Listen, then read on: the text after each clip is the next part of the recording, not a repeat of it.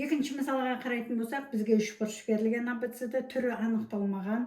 А қабырғасы 6 см, Б қабырғасы 8 см, үшінші С қабырғасына түсірілген медиананың ұзындығы 5 см.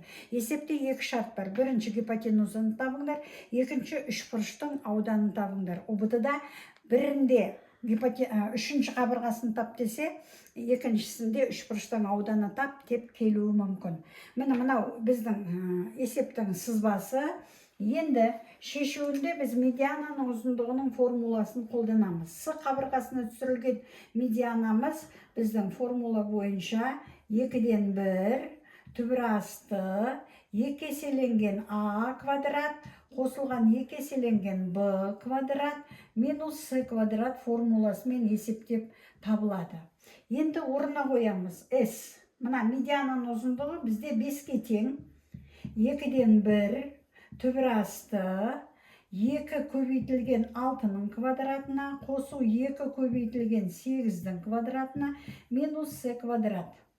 Мына 2-ден 1-дің 1 бөлінген 2, 2-ні оң жағы, сол жағына тасымалдайтын болсақ, 5 көбейтілген 2 тең түбір асты.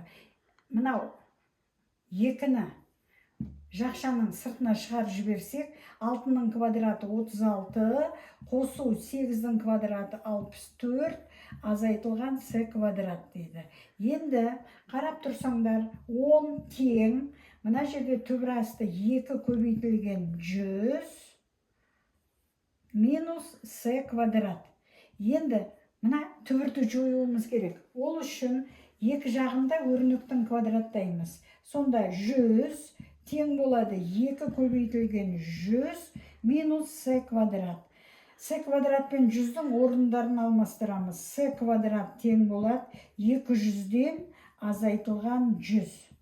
Демек, С квадрат өрнегі 100-ге тең болатын болса, екі жағына түбір ала отырып, квадрат түбіріне ала отырып, екі жағын С үшінші қабырғасы 10 см екеніне жетеміз. Үшбұрыштың ауданы.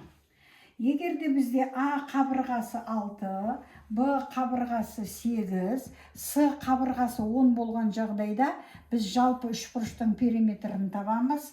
А плюс Б плюс С. Мына жерде 24 болады. Герон формуласы бар. Герон формуласы бойынша үшбұрыштың ауданын табу үшін біз мына формуланы қолданамыз. П жарты периметр бұл. Мына 24-тің жартысы болады. П минус А, П минус Б және П минус С өрнегінің көбейтіндісінен түбір асты. Герон формуласы, осы Герон формуласын қолдана отырып, біз есептейміз.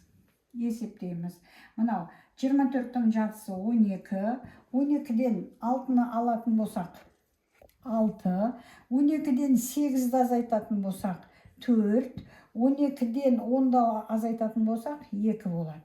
Енді мына жерде бұл сандардың бәрін көбейтпейміз.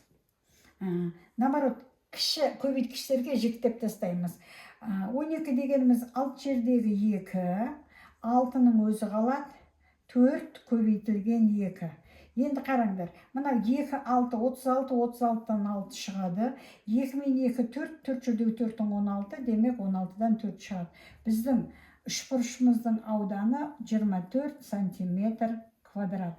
Демек, жауабы. Медиананың, кешіріңдер, С қабырғасының ұзындығы 10 см, бұл бірінші шарты, және үшбұрыштың ауданы 24 см квадратқа тең. Міне, осы есепті ОБТ-да 1,5 минутта оқып, түсіндіп, және нақты жауабына жету үшін күнделікті кем дегенде 1-2 есеп медианаға шығарып, жаттығып машығуымыз керек.